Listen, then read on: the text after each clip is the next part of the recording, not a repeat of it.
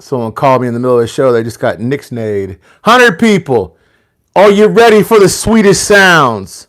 Melodious, most harmonic that you ever heard in your whole life. Besides a bomb, I bring you this. Yes.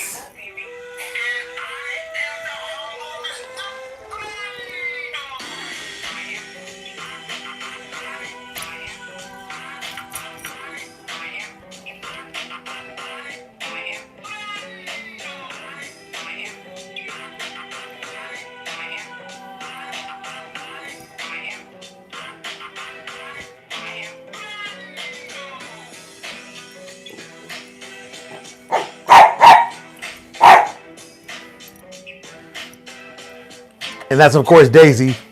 You know what it is. Daisy, it's showtime. Under the big bright lights in the studio. Man, you know what we do when we in the studio, y'all? We drop them bombs. Nope, you're going to get kicked out. You don't want to get kicked out. You better be good. Don't, you're going to get kicked out. Don't get in trouble. Hit the like button, y'all. Show some love. Stop. Stop. Stop. I know you're happy. It's showtime. You want to show out for the Daisy Gang. But you know what? They want to hear the news too, okay? They don't want to hear the Daisy Gang time, okay? I'm petting her paws. All right, y'all.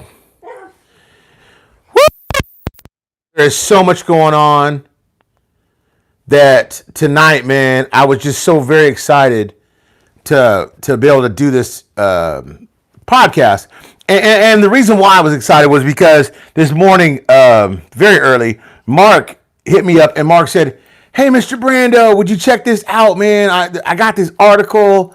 You know what I mean? It's kind of messing with me a little bit. Can you check it out, please?" And I was like, "Yeah. Send it to me, man." You know what I mean? And at first I read it and I was like, dang. That don't really mean a lot.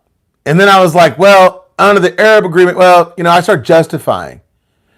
And it took me a moment. So I called my big bro, Mr. Frazier. Called my big bro, and I called my other brother, Matty, in New York. You know what I mean? I got brothers all over the East Coast. I got brothers all over the West Coast. But I called my brothers on the East Coast because they're up earlier than I am. And I was like, bros, man, can y'all check this out? And my one bro was super excited. He was like, yo, B, man, this is what we're looking for, man. My other bro was like, hold up. Part of this article is erroneous. It's not right. And I was like, erroneous? Why? He said, because it's not true. If you remember, we did a podcast about this several months ago, and we can dispute this. And I was like, whoa, show me where. He showed me. I read it.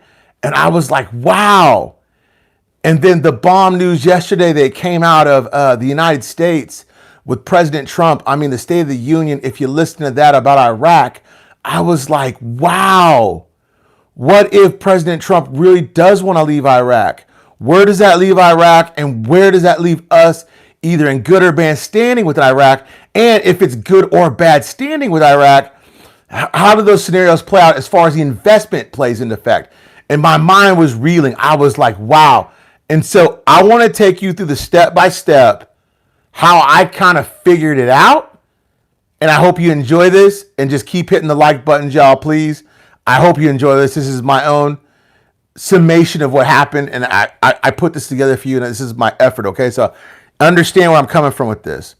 It says, in some of these articles, I'm going to read fully, and some of these articles I'm going to read in part. But the reason why is because you don't have to read the whole article to get where I'm going with this. The international financial experts, Iraq paid Kuwait $49.2 billion, and the remaining $3.2 billion only remains. Now, as a bomb goes,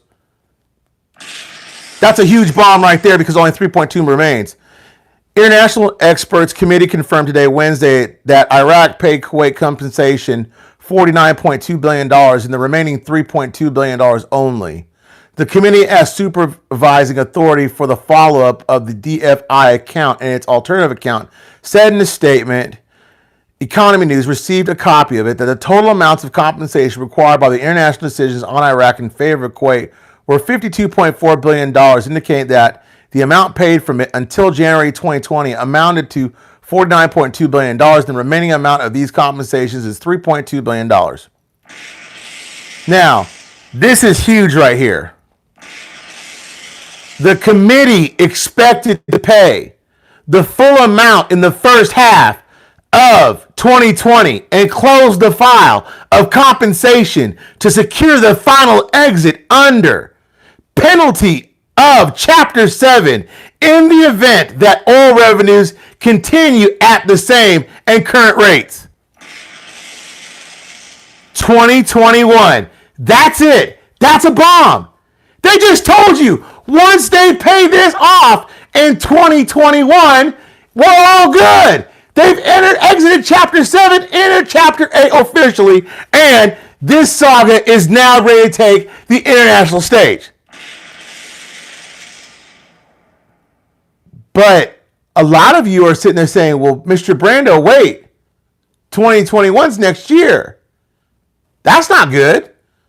2021 is bad, Mr. Brando. Well, you know, Mr. Brando reads, so Mr. Brando knows better. So hold on.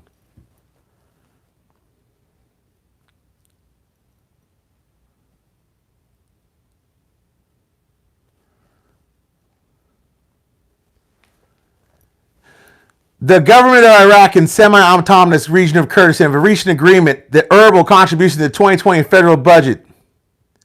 The deal includes a transfer of 250,000 barrels of oil per day from the oil-producing region of Iraq National Budget Kurdistan Region Government. Spokesperson Jatar Adil was quoted saying, Iraq's 2020 federal budget is currently under discussion in Parliament, but the Kurdistan region went ahead and agreed to give the 250,000 barrels per oil per day. Why would the Kurdistan region go ahead and agree to give Iraq, who has no government officially, who's ran by a person who suspiciously is an Iranian puppet, but all of a sudden now, under the guise of hope that they're going to get their cut of not only the HCL, but Article 140 and their fees for the citizens, now all of a sudden is saying, well, we're going to give you those barrels of oil because we have faith. Or possibly where there's some deals made. Now, it's not totally abstract to believe that the Kurdistan region went ahead and visited with Alawi prior to this day, because Alawi's had 45 days to prepare for this very moment.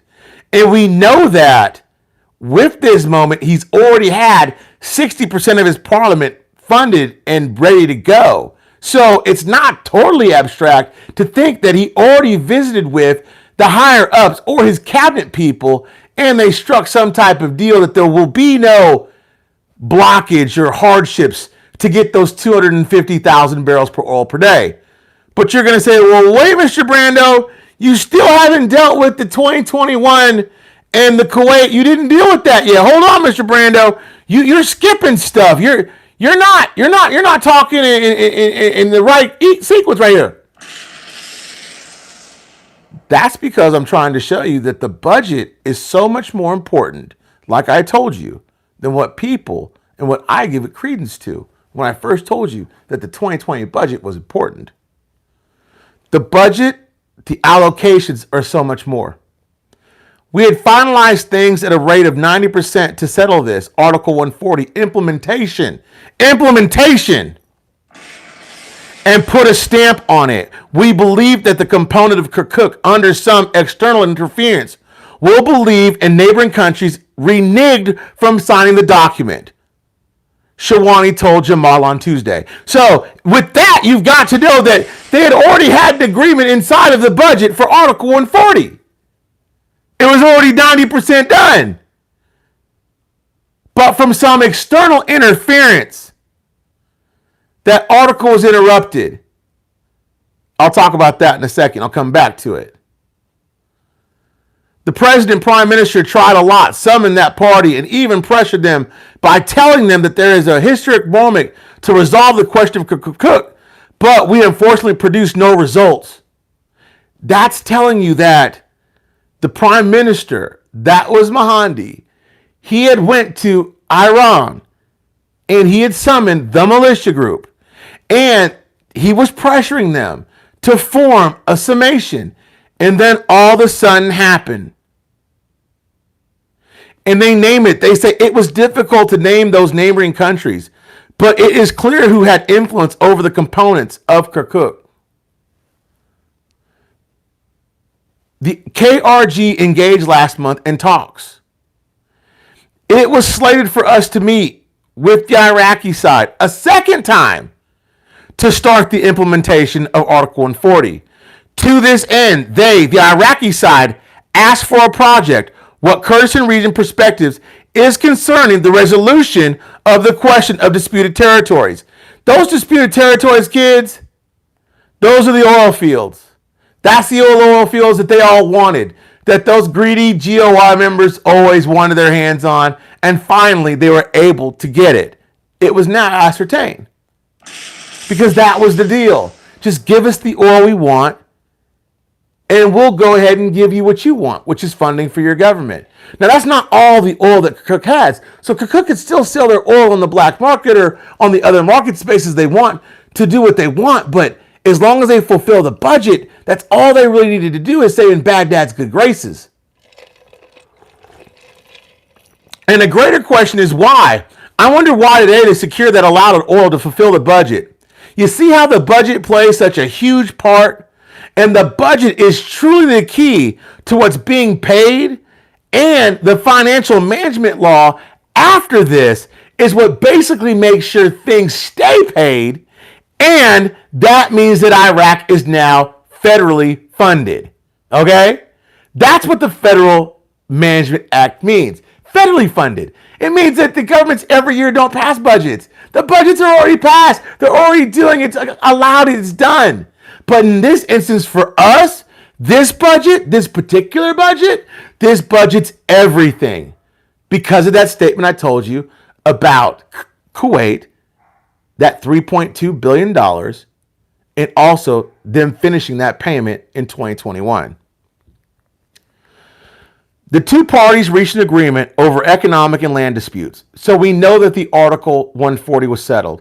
But the military force to appointed head of Kirkuk security was disputed. The two sides agreed upon a fair and just distribution of administrative positions, but Iraqis all of a sudden reneged when it was time to resign. And you know what time that was? What changed was, the change that promoted them to change was the killing of Soleimani. That's what did it. So Mahdi and the government had to make changes, and the protesters were high on their heels. So now all of a sudden, you need a ready-made government that's able to jump in, negotiate with Kirkuk, have the protesters in mind, be fair about the budget, make sure that the allocations for the reparations that are paid, make sure that Iran is some way happy, make sure that the United States feels some way happy, and on top of all that, make sure that the citizens of Iraq are happy. So then you get this headline. Alawi provides 60% of his cabinet without any partisan minister. So all of a sudden, Alawi's invoked 60% of his already made cabinet, ready made to be inserted into the Iraqi governmental system. There's no way in hell that he could have done that without there being a deal with the militia group, or what is known as Hala 4. Hala 4 is basically Fiyad, Nuri al-Maliki, al-Mariri, and another guy, I forgot his name. But those guys run the biggest militia groups in Iran, and they take their leadership strictly from Khomeini. Now, the idea there is, the deal supposedly that was struck was he could pick anybody he wanted, but they had to expulse the United States and the United States coalition forces. Now, a lot of you guys is right now, your hearts are stopping, and you feel like I did, that first thought that I thought of it, that, well, if the United States leaves, That's horrible for the investment. And if the United States leaves, President Trump is going to invoke sanctions all over Iraq, and it's going to be worse than Iran. And with that, so goes our total investment, and we're back to square one. But I am Mr. Brando. And guess what? I brought with me the bombs.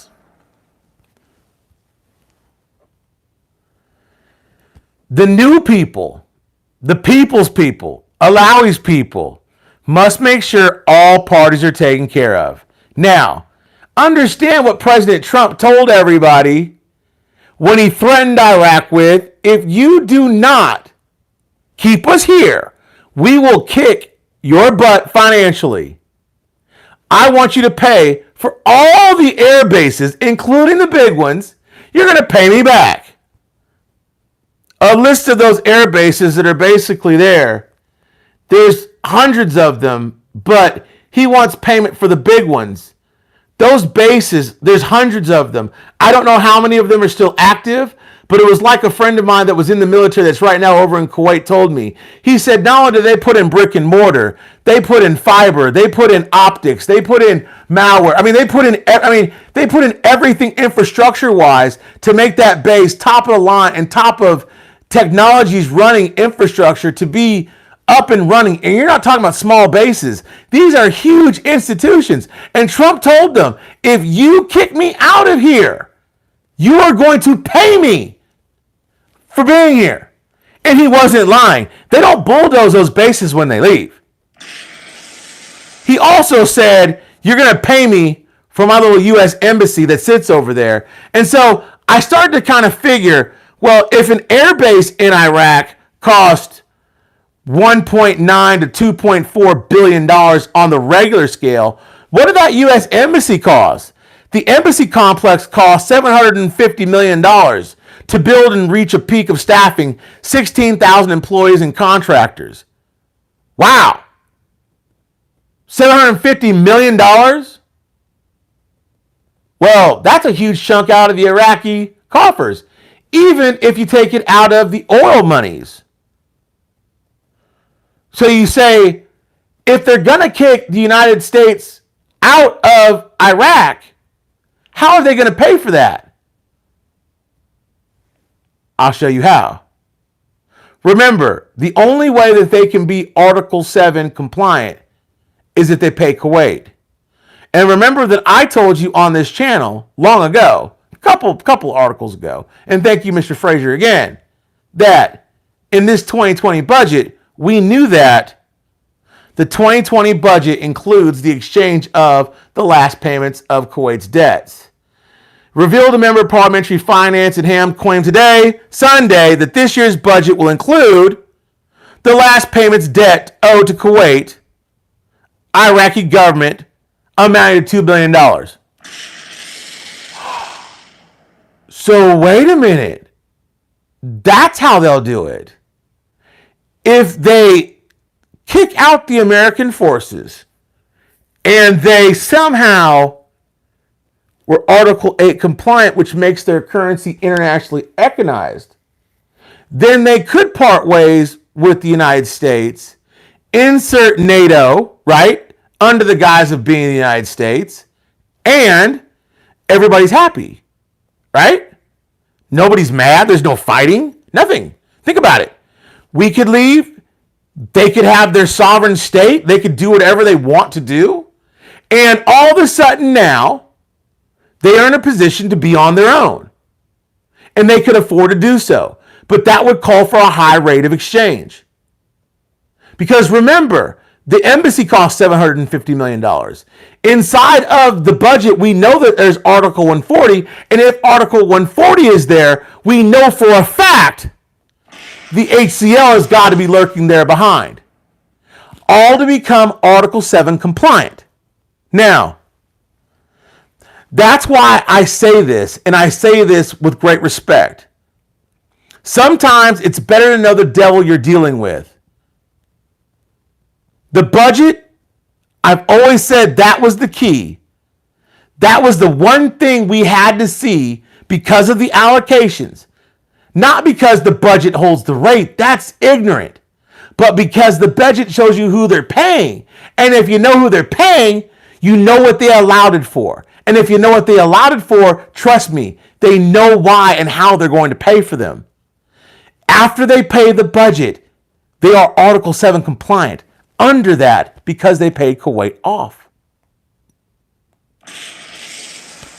It's funny today also that the top U.S. commander for the Middle East slipped quietly into Iraq Tuesday as the Trump administration worked to salvage its relationship with the leaders and shut down the government's push for an American troop withdrawal. Or were they simply there to negotiate a smooth and efficient exit? All you have to do is pay us to leave, and we'll gladly leave. Or you don't pay us, you still pay Kuwait, you're Article 8 compliant, you still reinstate your currency, and you still fulfill your budget, and you knock out your deficit. Either way, this is totally feasible.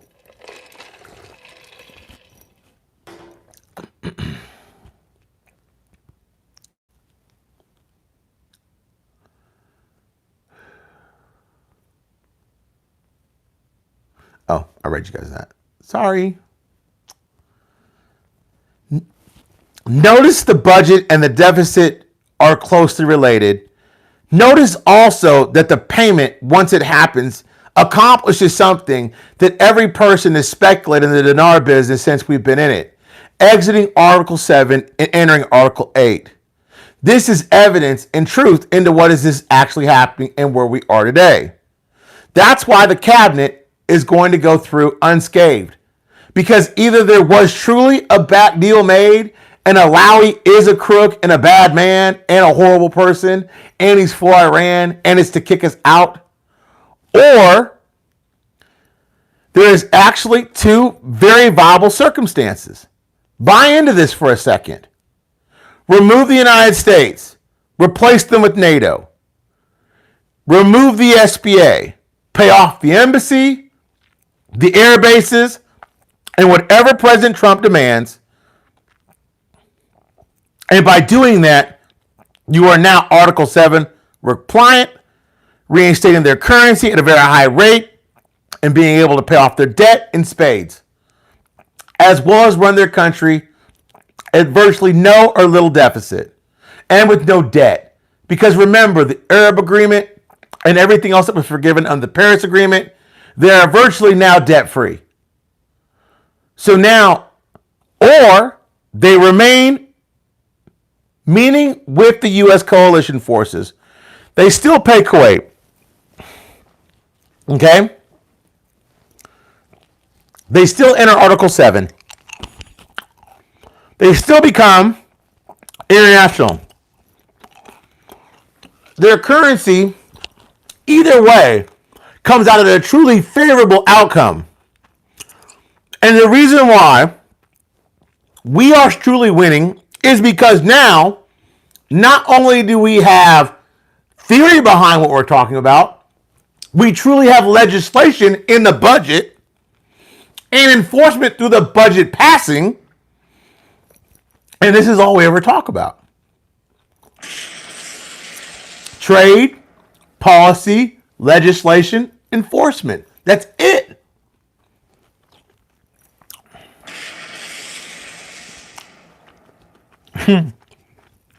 After that right there, there's 309 people. There should be 300 likes. I should quit right now and not even do Vietnam. 127 likes, that's disrespectful. I'm dead serious. No one put that together like that. That is genius. Thank you. Thank you for those likes. Thank you. Think about it. There's only two things that are feasible, and either one has to happen. When you see the budget go, you are either going to be filthy rich or rich shortly thereafter, because they're either going to kick the forces out, which is not a bad thing, and if half of you listened to that State of the Union address yesterday, President Trump hinted at what? Leaving Iraq. If you leave Iraq favorably, that means you're getting paid. They've got to be Article 7 compliant to go into Article 8. Now, somebody tell me that ain't the truth. Bringing bombs like Hiroshima. You might have heard the article, but you ain't heard the summation of it. Because anybody can read an article. But if you can't put it together, then man, it's hard out here. Almost to 200 likes. When I get to 200 likes, I'm going on with Vietnam. I'm watching the screen. Because Vietnam is crazy. Yeah, you know what? Sometimes it is bread and circus. That was Iraq. You know now for sure. You're going to get paid from Iraq. You know that.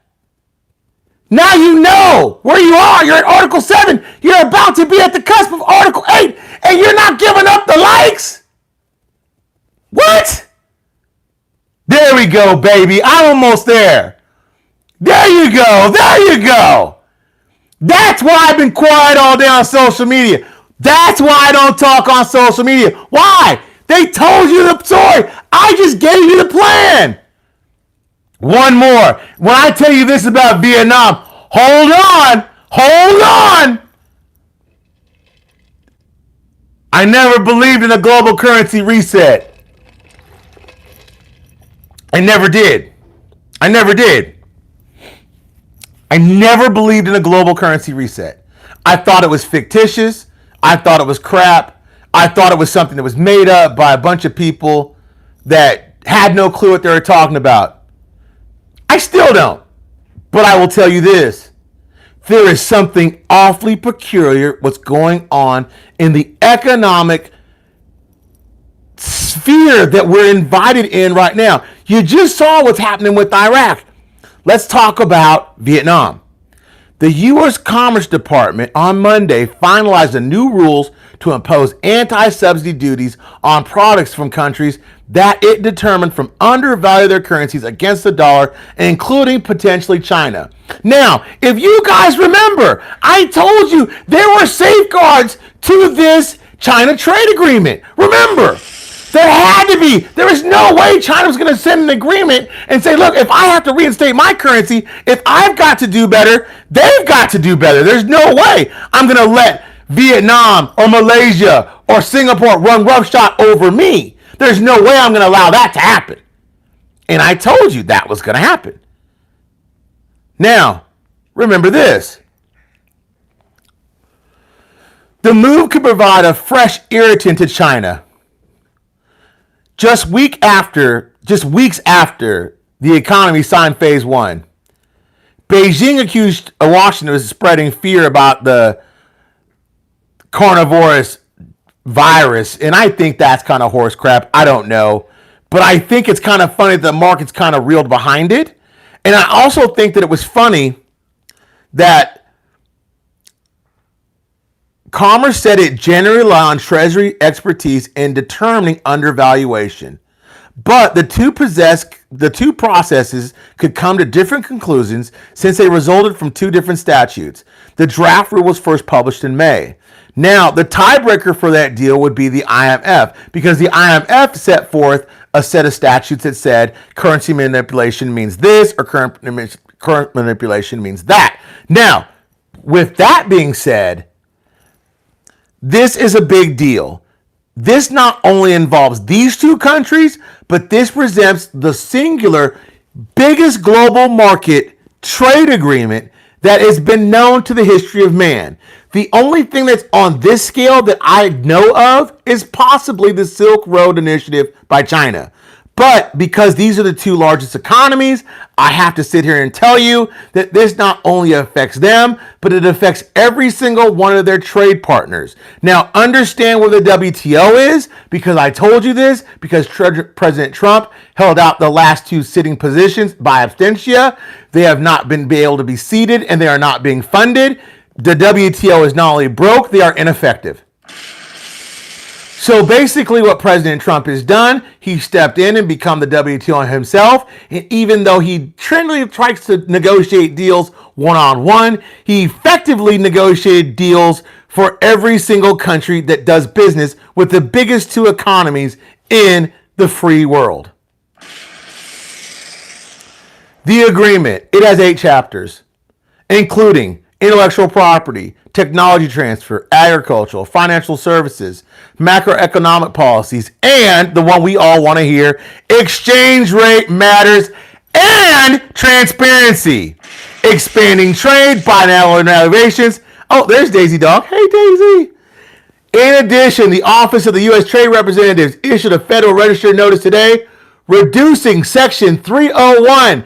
I have been calling out 301 section of this list for Chinese goods to begin at 7.5, beginning on February 14th. See, a lot of people have been talking about the China trade agreement, but they haven't talked about its enforcement. Remember, without only trade, policy, legislation, you gotta have enforcement. Enforcement for this trade agreement begins February 14th.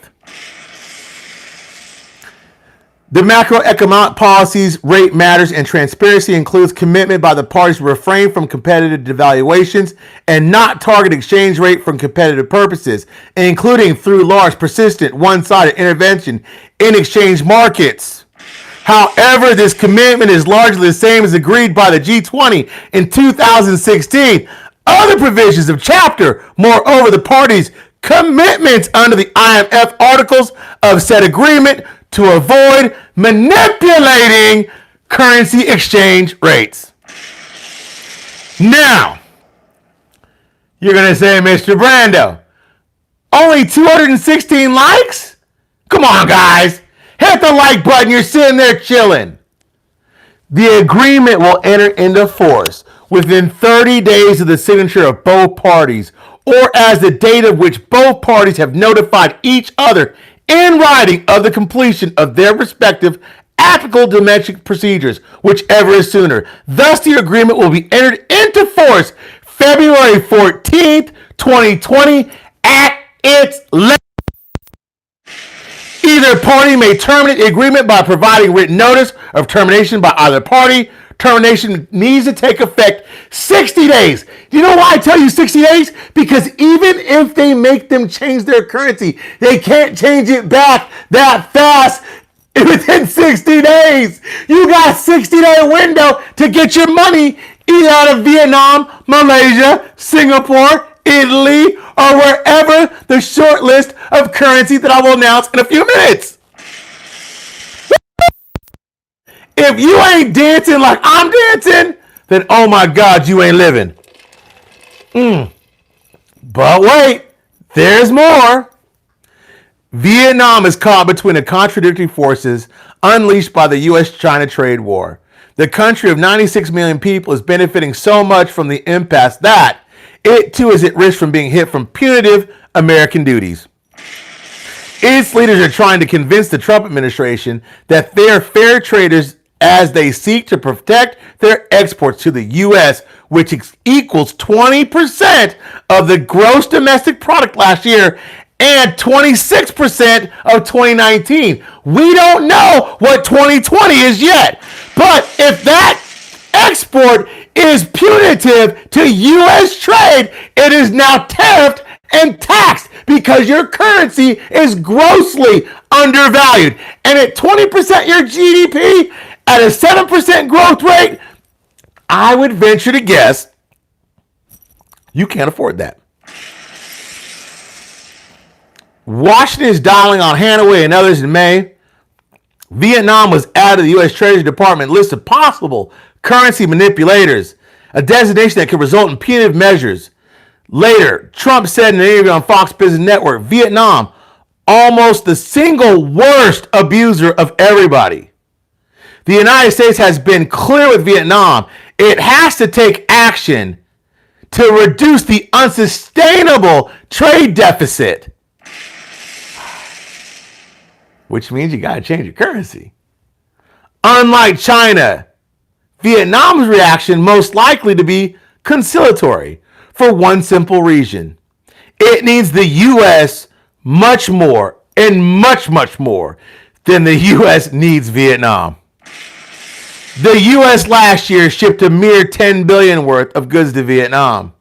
The country says it's committed to buying more U.S. American goods, from Boeing to products and possibly liquefied gas. Further placate Trump, the Vietnamese leaders could offer to expand the market access to service sectors such as telecommunications and financial markets and insurance.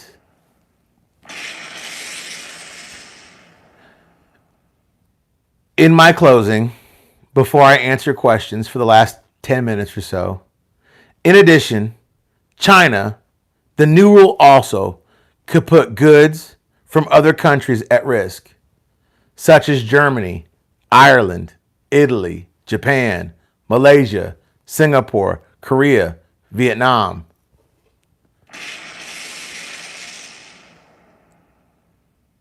I haven't talked about Japan much, but I've talked about Malaysia, Singapore, South Korea. I know I've talked about South Korea because I have a hater out there that stalks me about South Korea and Vietnam.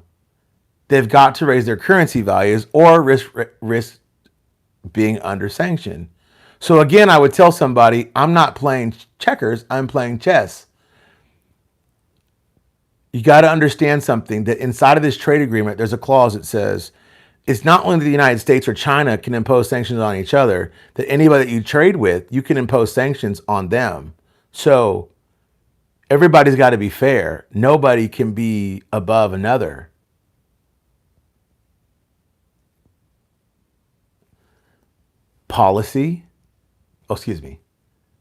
Trade, policy, legislation, enforcement.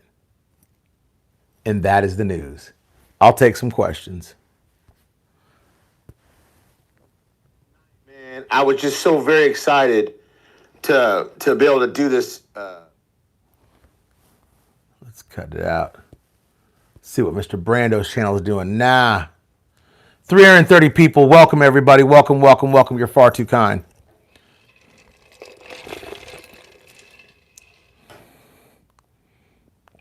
No. What were we saying? The dong will revalue ish at? I don't do dates. I don't do rates. I just told you a date. Indonesia is not on that risk. Yeah, Andrew, I think very deeply. I get up thinking crazy thoughts, man. I'm telling y'all. Don't count my dinar out. Me and Daisy are on the dinar kick. Miss Bibi, if she was here, she'd be laughing at me. She gonna tell you April 14th, the talk is ticking. Shout out to Miss Bibi. Living that life.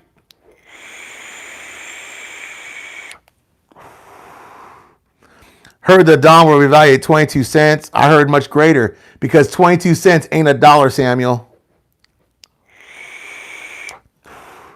Neo, think about it. If you kick the U.S. troops out, and even with all the billions and trillions you've got inside of your coffers of dinar, you don't have enough billions and trillions of dinar, even revalued at a dollar, to pay off all those air bases and the embassy, fulfill Article 140 and the HCL. Something's got to give. So you've got to all of a sudden start to think, since we know they've been burning cash off, they've got to revalue at a pretty high rate if they plan on kicking out the U.S. forces. And since Alawi's pretty much made a deal with the devil, being Iran, you could pretty much think that, yeah, it's got to be pretty high.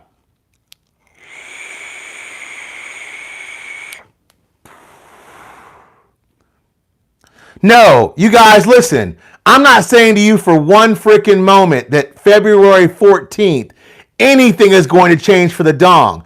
Understand this and listen to me correctly. I'm only going to say this once, and I'm going to make myself be heard. Because what people don't understand is I'm not here to hype an investment. I'm here to give clarity to it.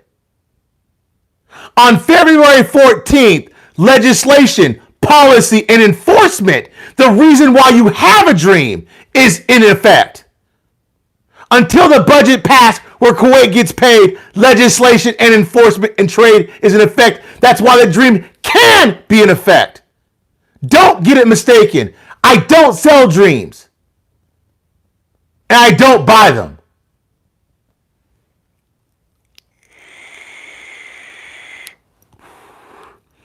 This is not a hype up investment. I'm not a hyper. 14th, nothing will happen. It will happen when Vietnam feels the pressure from economic collapse, which will be soon. They can't afford it. With a 7% GDP growth and 20% of their gross domestic product coming to the United States, they can't afford to fool around. I'm trying to show you how you put somebody in a box and squeeze, not a date or a rate. That's foolishness.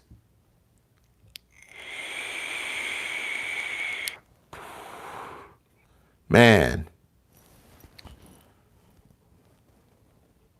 You could buy either one and it won't hurt you.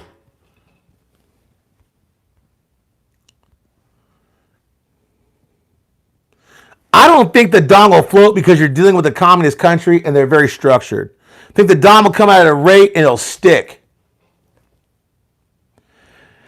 And you guys, you know what? Because Miss BB's gone, you guys are getting this Patreon footage for free. Join Patreon. Join it right now. I ain't got my coin in here, but these two videos were on me. You feel me? Join Patreon. I'm telling you, if you think this analysis is good, you should see some of my other videos. Because we can take practicality, align it with logic, and make it make sense without talking about a bunch of nonsense. Mr. Brando, what are the chances of Iraq changing the currency, changing to a different dinar? Because you know why? I'll tell you why, Craig or Wheezy. I'll tell you why. Because they already told you they can't afford to print coins. So if they can't afford to print coins, they damn sure can't afford to print new currency. So therefore, a LOP is totally out of the question, my friend. They can't afford it. There goes your dispulsion of a LOP. They already told you they can't afford to print new currency. They told you that. We can't afford it. Yeah, I'm on one. I'm on fire. Bombs away. Man, only 240 likes? That's it? Come on, y'all. Can I get 250 likes? I'm giving you the glue. I'm giving it to you. Man, I'm telling you the whole system. Every one of your favorite gurus can't guru like this.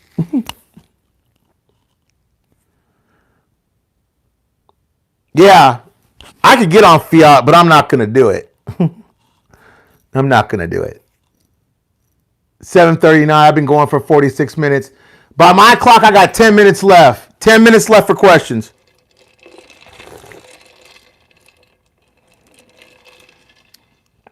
Yeah, you should be doing cartwheels. You should be doing cartwheels because now you have analytical proof that things have to change, not only with Vietnam, but with Iraq, either with the total survival of what they're talking about, or they've got to fundamentally change. If they were going to come out with a newer currency, they would have done that years ago. They already did that. They locked from Saddam. That's right, XRP Watts. Yeah, I'm not a guru. I'm a kangaroo. America! Damn it. Thank you, Mother 12. VH1, I've been on a roll for years. Some of y'all are just now, not you, because you've been here for a long time. A lot of people are just now catching up. A lot of y'all been here for all year. I've been talking this talk for a long time. I'm not guessing at it. I'm quarterbacking this. Well, I think the budget, Sammy, I'll tell you exactly when the budget will be implemented.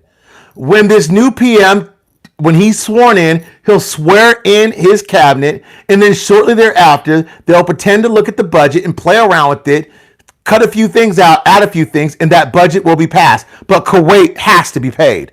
Because if it's not paid, they're in a world of hurt.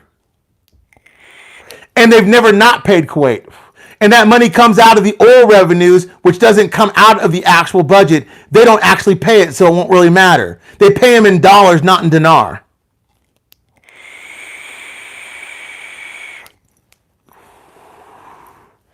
Man. Asta said, I like you. I like you too, bro. Yeah, Sean, you've been here for a while, bro. You've been sticking with me through all my shit. Sean, you too.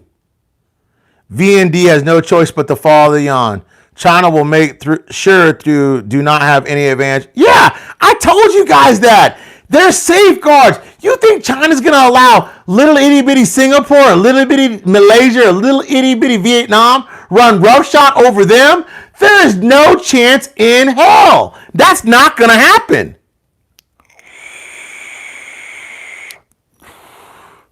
Dude, if I just didn't give you hope and inspiration in every single thought, if you ever have been in this investment and ever felt despair, you ought to bookmark this and watch it over and over and over, and watch for February 14th, and then watch for this, and then either watch Vietnam totally collapse as an economy, which they built so hard to break or to build, and to watch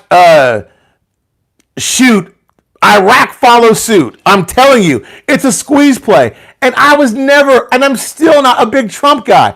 Am I going to vote for him? Yeah, this dude's brilliant. Look, he may not seem so smart on the tweets, and he could be. This dude played this shit brilliantly. Cheers, bro. Cheers. Thank you. Thank you. Thank you. I cannot say enough good things about this guy. Him a lot. And I was not a Trump fan at all. But his policy on trade and foreign policy, Mr. Trump, Mr. President Trump, as far as I'm concerned. Mark, they said Italy. They said Japan. They said Malaysia, Singapore, Switzerland, Vietnam. That's the short list. If you are a speculative currency investor, that's the short list for what's got to revalue and quickly. Switzerland, the Swiss franc is actually a strong currency, but it's undervalued. Wow. Steve Cooley says, blah, blah, blah. I mean, gang, gang, gang. Well, Steve, if you have a better summation of what I just said, please let me follow your channel right now, and I'll do it. Where's your channel? Let me go to it. Go to channel. Let me see Steve's channel. Oh, he has no subscribers and no content. Well, we'll go back to my channel. Well, we have 6 minutes. Brilliant businessman. You know what, though, you guys? I have to say that.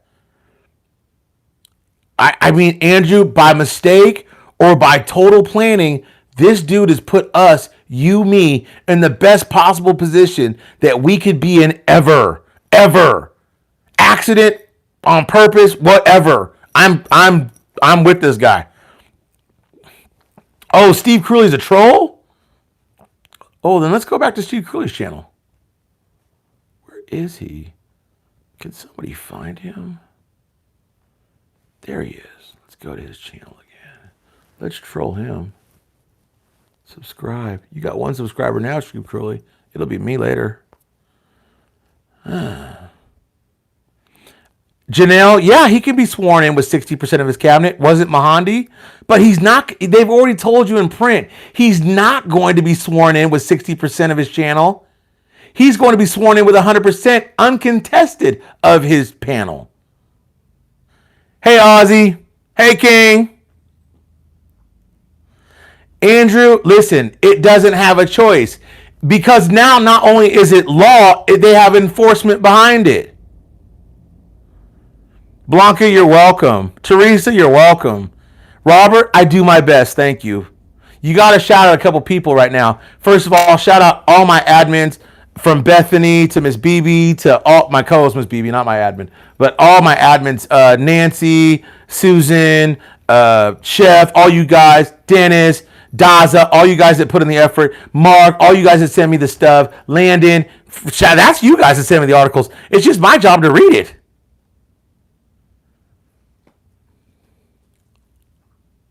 Janelle, shouting you out because you make me do what I would like to do.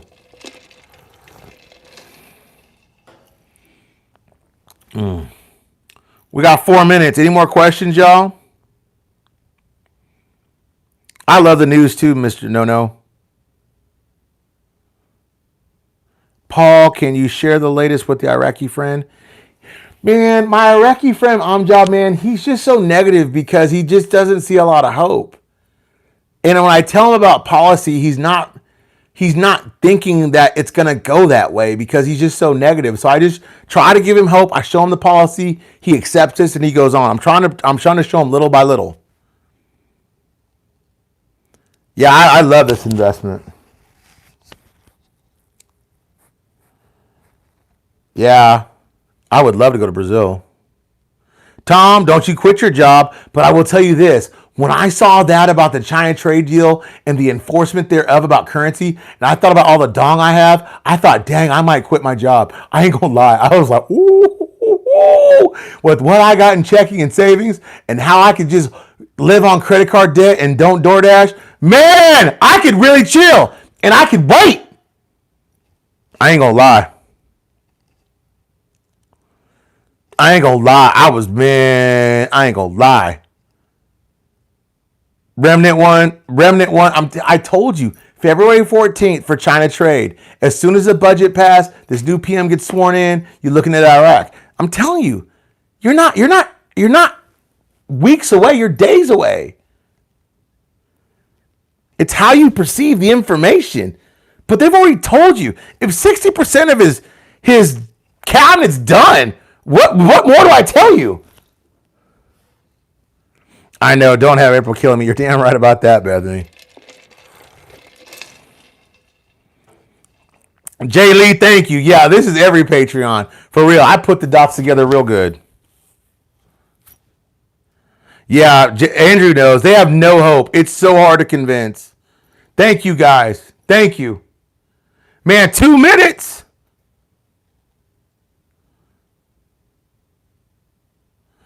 Yeah, Sharon. Idle hands. Me? Keep reporting the news. But you can't ever forget policy, trade, legislation, enforcement. Yeah, February 14th is going to be a special day. Thank you. The show was awesome. Pleasure doing it. I had a lot of fun tonight. Friday's show will be strictly on Patreon, Facebook. Patreon, I'm letting you guys know Patreon, Facebook will be cleaned up. It will be only Patreon from here on out. So if you're on Patreon, Facebook, you will be removed. You can join Patreon and take advantage of all the news, all the fun, the excitement. But I will do that podcast on Facebook. And I will have Miss BB upload it to Spotify, Patreon only. We have one of those too. Landon, shout out Landon. Thank you. Thank you. I'm heading a streak. I've had 3 shows with a thing. Thank you. Terry, thank you. You ain't got to call me mister. Just call me Brando. I love you guys, man. No, the parliament said they will concede and they will not vote. They will concede and let him pick whatever parliament he wants. Remember the scenarios I gave you guys. Have an awesome evening. It's Wednesday night. Getting ready for the weekend. I hope you guys do too. Have a great day, man. Just enjoy. And I will see you guys on the flip side.